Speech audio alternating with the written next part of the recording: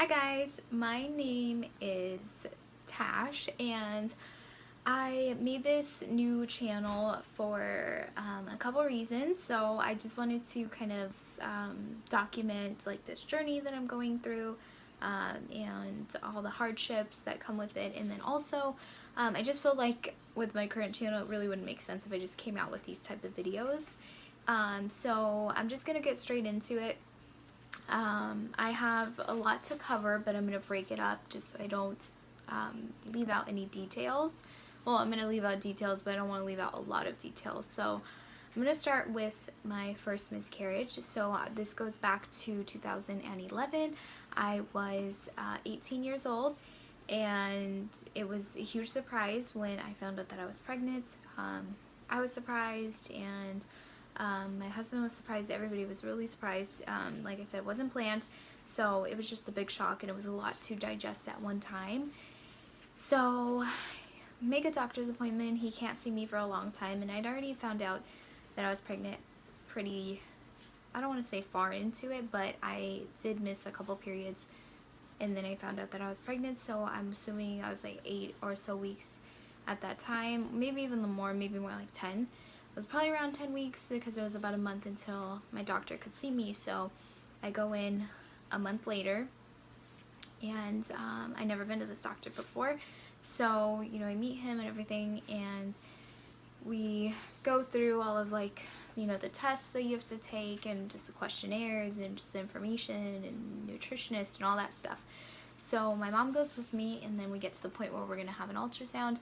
I never obviously I've never been pregnant before, so I never had an ultrasound. I didn't really know what to expect. So I was just anxious to see, you know, what was going on. So when he did the vaginal ultrasound, on the monitor, it said that I was, I think it was like 14 weeks and like 1 day. It was like very, very early in the 14th week.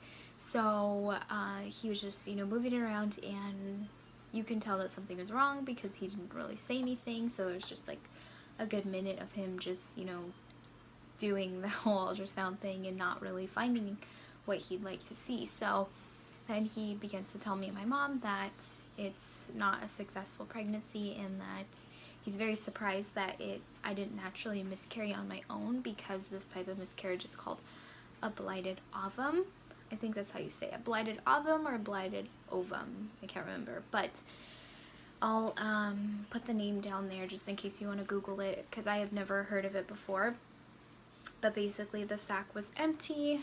I don't really have like the specific, you know, dictionary definition on it, but basically the sac was empty, and instead of there being you know, like an embryo in there, there wasn't really anything. And so he was just really surprised that my body didn't naturally miscarry. He said that usually no one reaches that far along with a blighted ovum. So I was just like, you know, young and just confused about everything, and it was, like I said, it was a lot. So I don't want to say that it wasn't hard to, you know, no, it wasn't hard to find out that something was wrong, but I was more accepting, I guess I'll say this. So I was more accepting of the situation because I was so young and it wasn't planned, and of course I was sad, but at the same time I was like, okay, you know, this is probably for the best.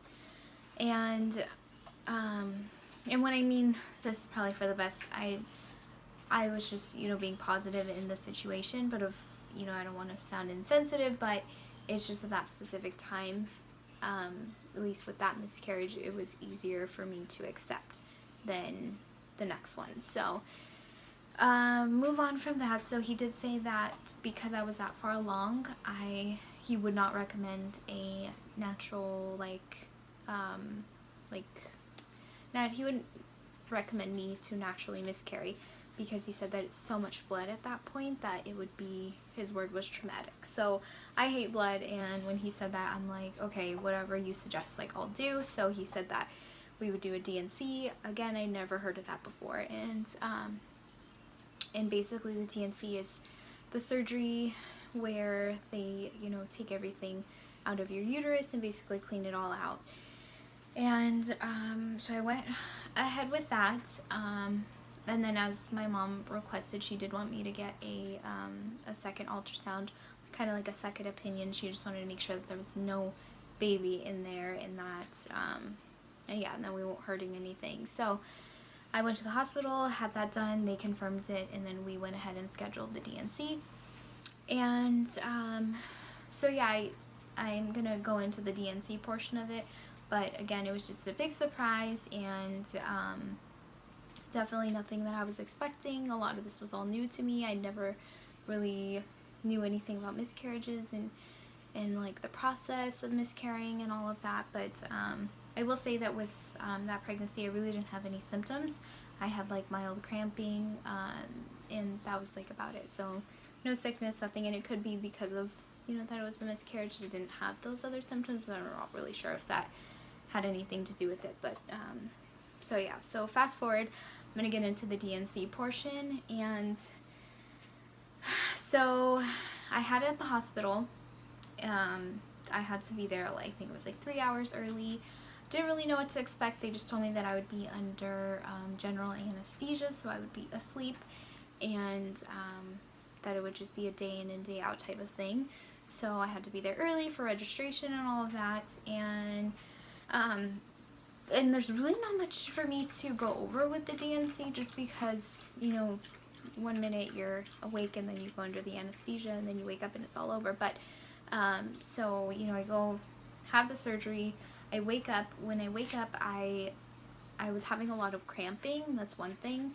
They felt like aggressive, like menstrual cramps, and I remember them being bad enough to where I was crying. But I think I also, like, just waking up and being kind of confused also had to add to the fact that I was crying. But you know, the nurse, she came over. Actually, it was a male nurse, and he came over and he asked me if I needed anything for the pain, and I said, yes, please, I need something.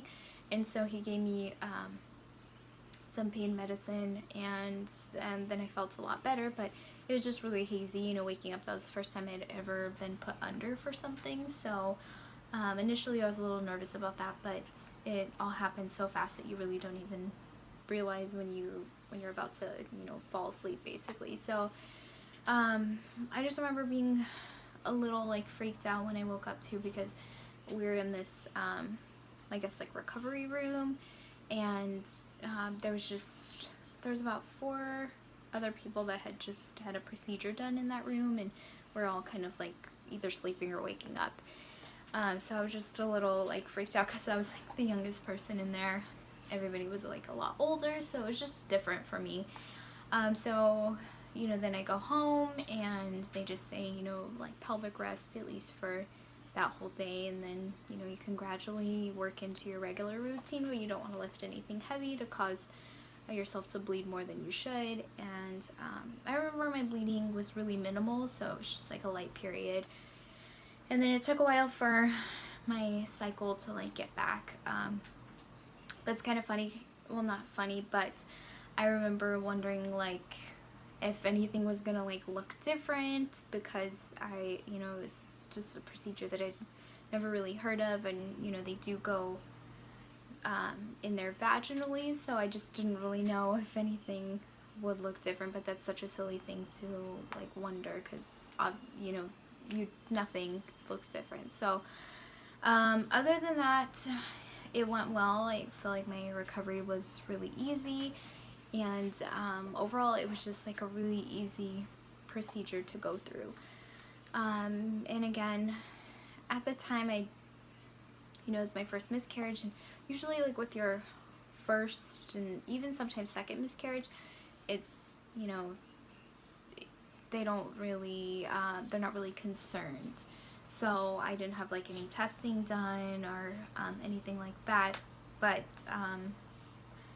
I did read some forum posts of other women at that time, and they did have, like, some sort of genetic testing done. But they do say that with that particular type of miscarriage, that it's kind of like a fluke. It's just like a case of bad luck. Usually it doesn't happen again, but there are quite a few cases of it happening, like, a second time or whatnot. But At least that's just what I read, but my doctor just said, you know, it just happens sometimes and there's really, you know, no way to prevent it, or, you know, it was nothing that I did that caused it either. So, okay, so I think I'm gonna wrap up this video. Like I said, I'm gonna be doing like a little series of my experience because I did have a second miscarriage, so I do want to get into that as well.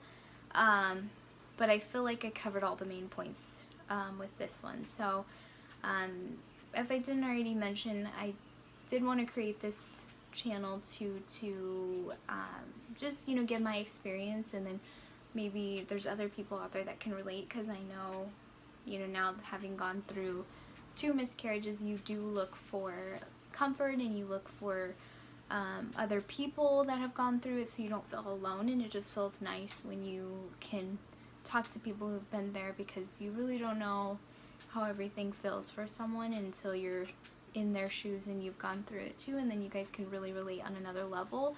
So I feel like I just want to be that person on here that if you do need someone to talk to, or you have any questions, or you just want to leave a comment, or, you know, whatever, I am completely open. That's why I made this channel, so I can, you know, meet other women who have gone through it or who are going through it, and just, you know, it be like a nice supportive channel, basically.